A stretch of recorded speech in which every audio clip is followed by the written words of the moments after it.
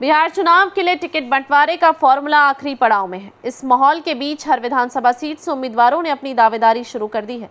वहीं सिवान के कई सीट ऐसे भी हैं जहां से उम्मीदवारों के नाम पर मुहर लग गई है। उदाहरण के लिए रघुनाथपुर की सीट से उसामा शहाब को चुनाव लड़ाने के लिए पगड़ी पहनाया जा चुका है।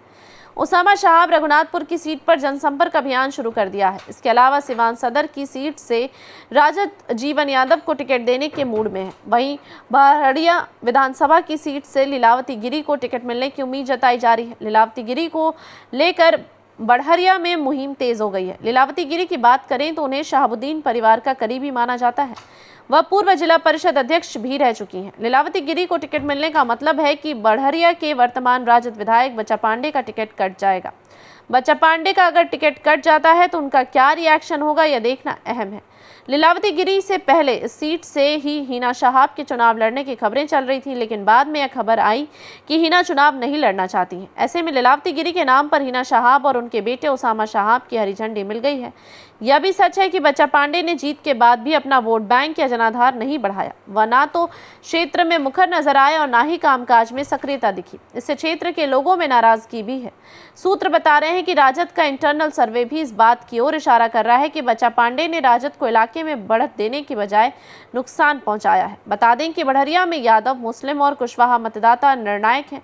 आरजेडी का माई यानी मुस्लिम यादव समीकरण यहां मजबूत है, जबकि जेडीयू और बीजेपी कुशवाहा, भूमियार और पसमानदा मुस्लिम वोटों पर ध्यान दे रहे हैं। प्रशांत किशोर की जनस्वराज पार्टी भी बड़हरिया में उम्मीदवार उतार सकती है, लेकिन उनका प्रभाव सीमित रहने की संभावना है। ऐसे में हिना शहाब की करीबी लीलावती गिरी के लिए सीट आसान हो जाएगी। माना जा रहा है कि लीलावती के प्रचार में हिना शहाब जोर लगा देंगी। लीलावती गिरी के अलावा राजद से ही एक अन्य उम्मीदवार अरुण कुमार गुप्ता भी हैं। हालांकि अरुण कुमार गुप्ता का जब से एक वीडियो वायरल हुआ है वह बैकफुट पर नजर आ रहे हैं। अरुण कुमार गुप्ता के वायरल वीडियो में वह सिवान के पूर्व सांसद मोहम्मद शहाबुद्दीन के अपराध और अन्य आपत्तिजनक बातें कह रहे हैं। अरुण कुमार गुप्ता के इस वायरल वीडियो से लोगों में गुस्सा है। इसके अलावा राजद के एक अन्य उम्मीदवार अनवारुल हक भी हैं जो दावेदारी पेश कर रहे हैं। हालांकि उनकी दावेदारी में दम नहीं है।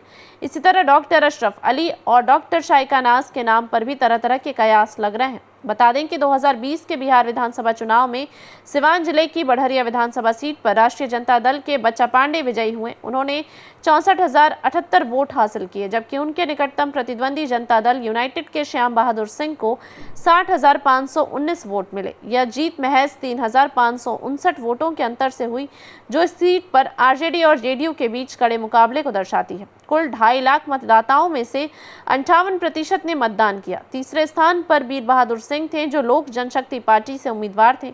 एलजेपी ने 2020 में एनडीए गठबंधन छोड़ दिया था और स्वतंत्र रूप से चुनाव लड़ा, जिसके कारण वे एनडीए के खिलाफ तीसरे स्थान पर रहे।